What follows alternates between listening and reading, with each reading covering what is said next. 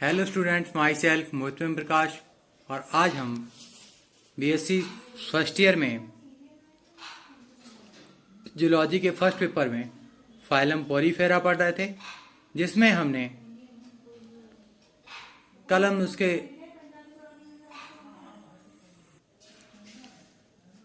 उसके economic importance के बारे में पढ़ा था।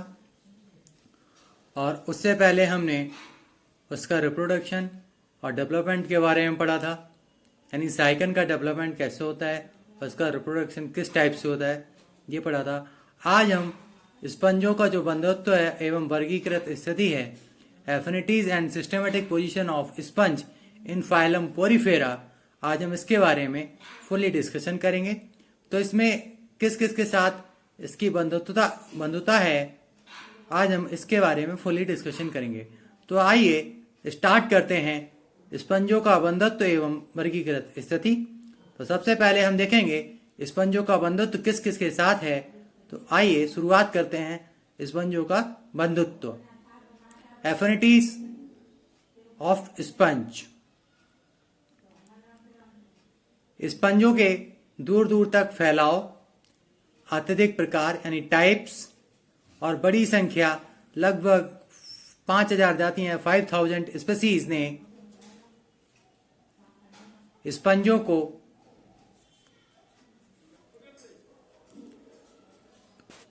जंतुओं का एक सफल समूह बना दिया है। ये मेटाजोआ और प्रोटोजोआ दोनों के साथ बंधुत्व प्रकट करते हैं। तो पहले हम देखेंगे कि मेटाजोआ के साथ इसकी बंधुत्वता कैसी है। तो मेटाजोअन बंधुत्व कैसा है, आइए देखते हैं। मेटाजोअन एफिनिटीज।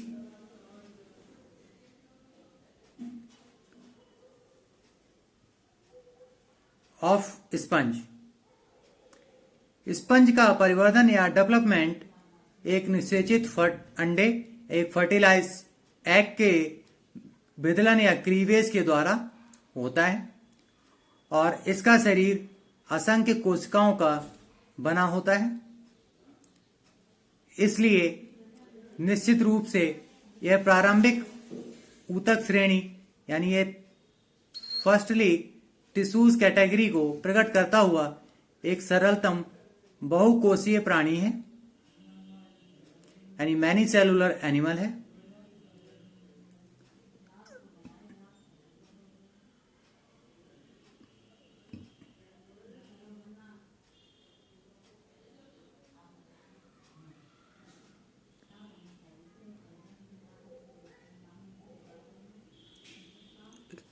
और पहले हम देखते हैं इसमें मेटाजोआ के साथ समानताएं क्या हैं।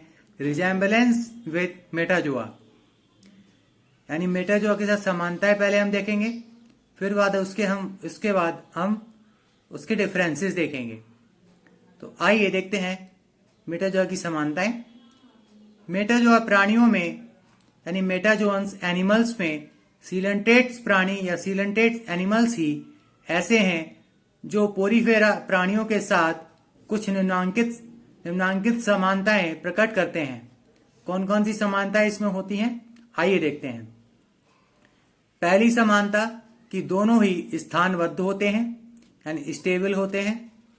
और दूसरी समानता दोनों ही द्विजन स्त्री यानी डिप्लोब्लास्टिक और एगुही एसिलोमेटिक प्राणी या एनिमल हैं। इनके शरीर की दोनों परतों के बीच मीजोडर्म न होकर एक जिलेटिनी अकोशिकीय मीजेनकाइम अथवा मीजोग्लिया होती है।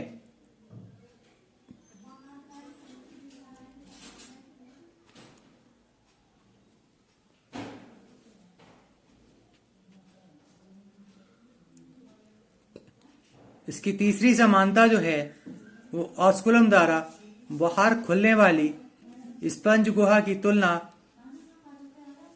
सीलेंटेट प्राणियों की जठर संवहनी गुहा गैस्ट्रोवेस्कुलर कैविटी से की जा सकती है, जो मुख छिद्र द्वारा बाहर खुलती है।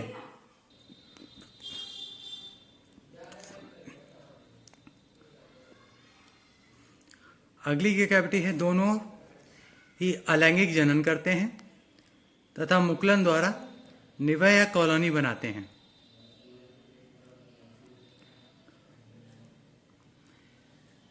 इसकी अगली जो एफिनिटीज है वो दोनों में गैस्ट्रुला अरिय सममित यानी रेडियल सिमेट्री में होते हैं और स्पंजों का पेरेन्काइमुला लार्वा सीलेंटेट प्राणियों के पेलेनुला लार्वा के समान होता है।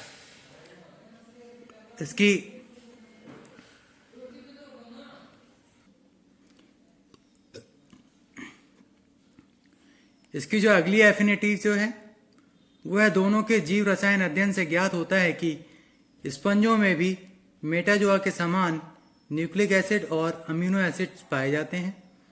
दोनों में एक अकशेरुकी फॉस्फोजन और फॉस्फोक्रिएटिन नामक कसूर की अनवर्टिब्रेट फॉस्फोजन होती है। आइए अब हम बात करते हैं मेटाजोआ से भिन्नताएं यानी मेटाजोआ से डिफरेंसेस क्या क्या हैं। आइए अब हम वो देखते हैं।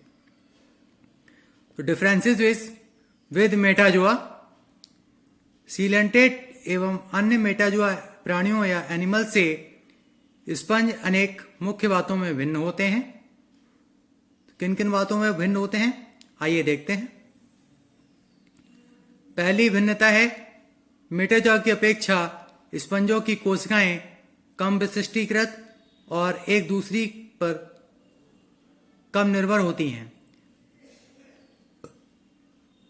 दूसरी भिन्नता, स्पंजों में ऊतक का बनना केवल मुक्त सतहों पर उपकलाओं के बनने तक ही सीमित रहता है। उच्च श्रेणी के जंतुओं के समान अंगों का इनमें अभाव होता है।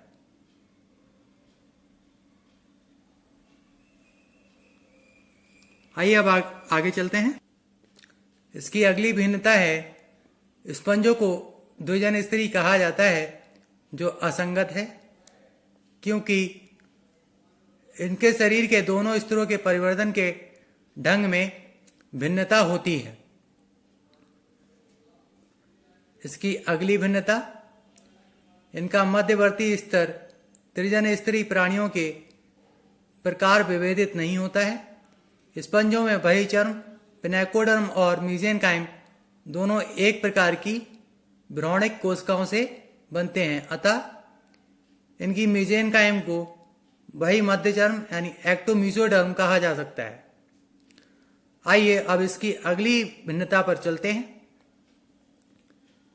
यद्यपि स्पंजों के ऑस्कुलम कार्य के रूप से नियंत्रक क्षेत्र की भांति कार्य करते हैं तथापि इनमें सिर का अभाव होता है। यह इसकी पांचवी भिन्नता है। इसकी अगली भिन्नता, किसी भी मेटाजोआ का मुख्य छिद्र स्पंज के ऑस्कुलम की भांति बहिर्वाहिक छिद्र का कार्य नहीं करता है। यह इसकी छठी भिन्नता है।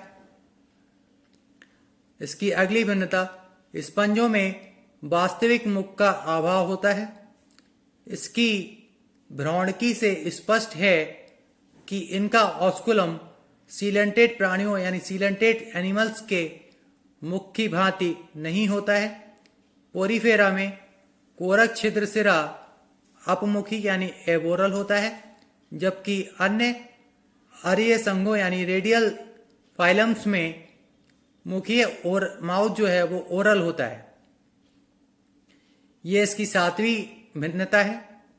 अगली जो भिन्नता है वो अंतर्वाही कैनाल छिद्रों यानी इनकरेंट पोर्स या ऑस्टिया से छिद्रित शरीर की सतह और शरीर भित्ति में जलमार्गों का होना स्पंजों के दो अद्वितीय लक्षण हैं।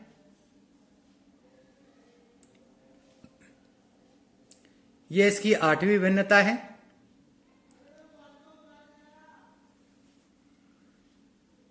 इसकी अगली भिन्नता, सीलेंटेटा में होने वाली दंशकारी कोशिकाओं का स्पंजों में अभाव होता है।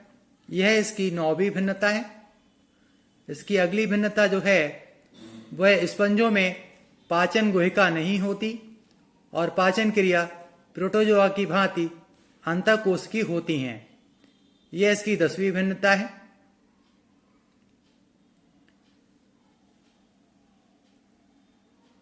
इसकी अगली भिन्नता, स्पंजों में मेटोजोआ की अपेक्षा अधिक प्रकार की वसाएं तथा वसा अम्ल पाए जाते हैं, जिनका अणुभार भी अपेक्षाकृत अधिक होता है।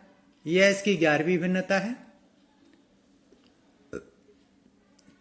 कशावित कक्षों के अस्तर में कोइनोसाइट्स का होना स्पंजों की विशेषता है। यह इसकी 12वीं भिन्नता है।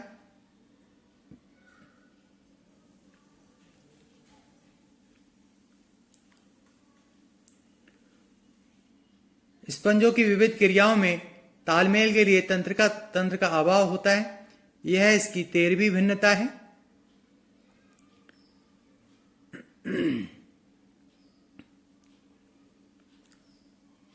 इसकी अगली भिन्नता जो है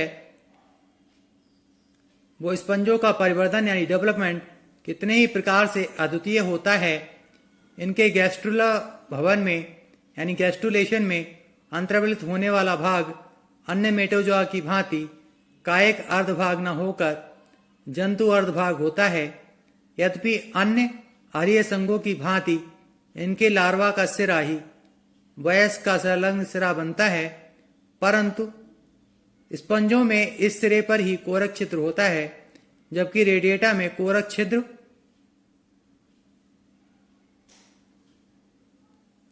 मुखीय होता है। स्पंजों में जन स्तरों का उलटना लार्वा के कायांतरण के समय पाया जाता है।